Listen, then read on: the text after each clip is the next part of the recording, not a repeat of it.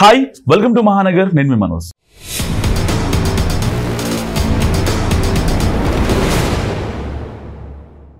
కుంటోడికి కాళ్ళు వచ్చాక మొదట విసిరేసేది ఎన్నాళ్ళు తనను మోసిన ఆ కర్రలనే కదా.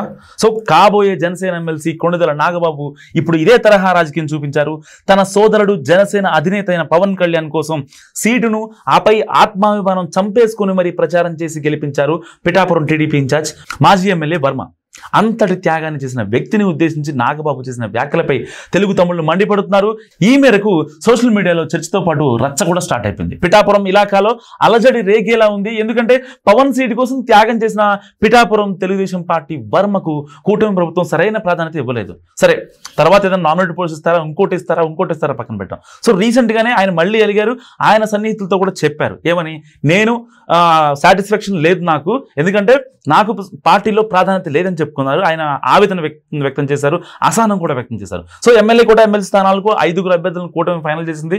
సరే, ఇక్కడ వరకు బాగానే ఉంది. తాజాగా పిఠాపురంలో పవన్ కళ్యాణ్ విజయానికి తామే కారణమని ఎవరైనా అనుకుంటే అది వారి కర్మ అంటూ కొణిదెల నాగబాబు పిఠాపురం ఆవిర్భావ సభలో ఉన్నారు.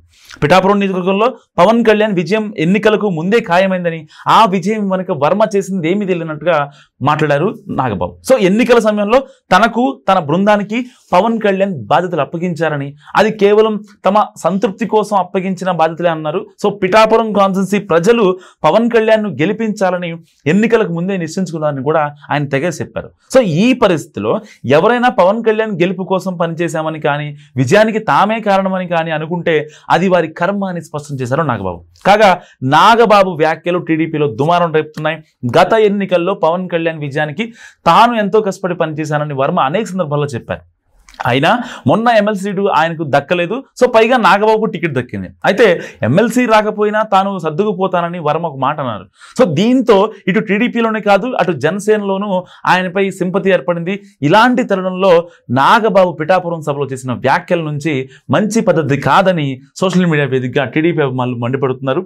సో పిఠాపురంలో వ్యూహాత్మకంగా టీడీపీని వర్మను నిర్వీర్యించడానికే నాగబాబు ఇలా మాట్లాడారని, ఓట్లు వేయించుకొని గద్దెనెక్కాక ఇలా నాలుక మడతేయడం తగదని మరికొందరు ఆగ్రహం వ్యక్తం చేస్తున్నారు. సో కర్మ ఎవరిని వదిలిపెట్టదని కూడా మరికొంది కామెంట్ చేస్తున్నారు. సో ఈ వీడియో గురించి మీరు ఏమనుకుంటున్నారు? కామెంట్ రూపంలో తెలియజేయండి. చూస్తూనే ఉండండి మహానగర్.